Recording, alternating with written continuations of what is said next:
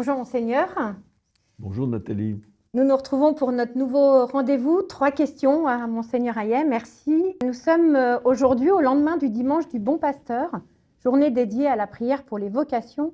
Et nous sommes à quelques jours du pèlerinage provincial des familles pour les vocations qui aura lieu le 1er mai. Pourquoi Monseigneur est-ce si important de prier pour les vocations? Tout simplement parce que c'est Jésus qui nous en a fait la demande.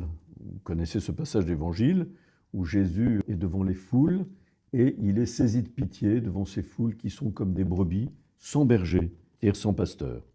Et il se tourne vers ses disciples et leur dit « La moisson est abondante, mais les ouvriers sont peu nombreux. Priez le maître de la moisson d'envoyer des ouvriers pour sa moisson. » Nous répondons tout simplement à cette demande insistante de Jésus face aux foules d'aujourd'hui, qui sont toujours aujourd'hui comme des brebis sans berger, qui suscitent la compassion de Jésus et la compassion donc des pasteurs que nous sommes, qui avons le désir d'annoncer l'évangile à tous. Voilà pourquoi il est très important de prier pour les vocations, et en particulier dans les paroisses, mais aussi en famille.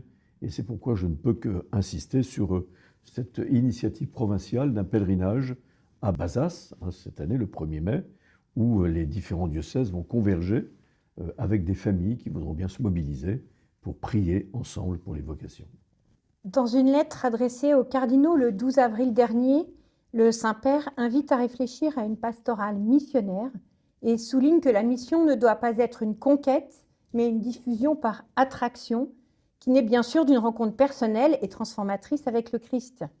À la lumière de cet appel, comment pouvons-nous aider les fidèles de notre diocèse à passer d'une foi d'habitude à une vie de disciples missionnaires, où bien sûr la prière et la cohérence de vie deviennent par eux-mêmes une annonce vivante de l'Évangile?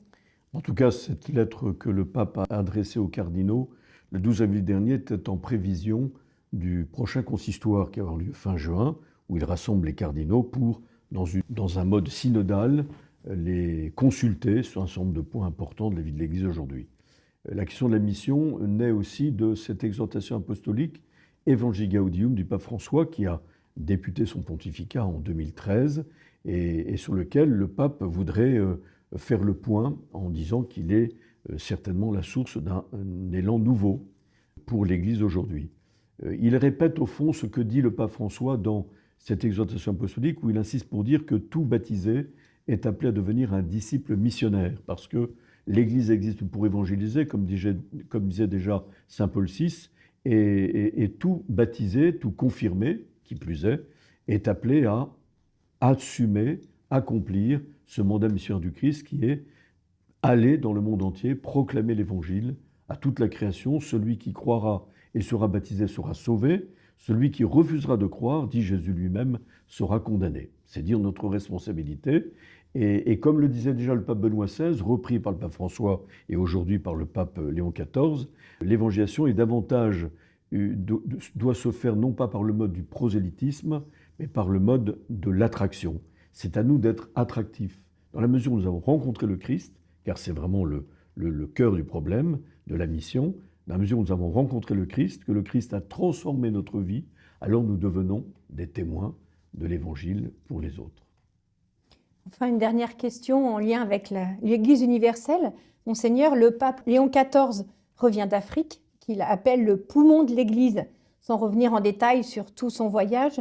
Mais comment pouvons-nous, ici à Bayonne, nous laisser inspirer par cette joie missionnaire et comment cette joie missionnaire peut renouveler nos propres communautés? Alors c'est sûr que ce voyage en Afrique a été très important. Le pape a voulu en faire son premier voyage apostolique, qui a duré 10 jours, où il a visité 4 pays d'Afrique, à commencer par l'Algérie.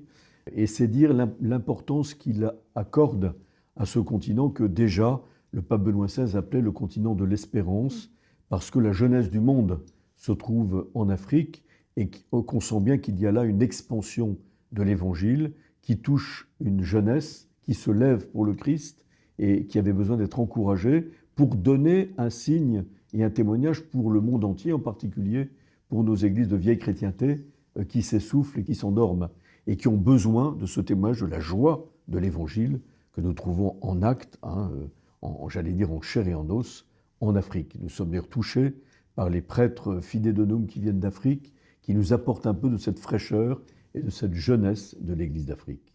Merci Monseigneur. Merci.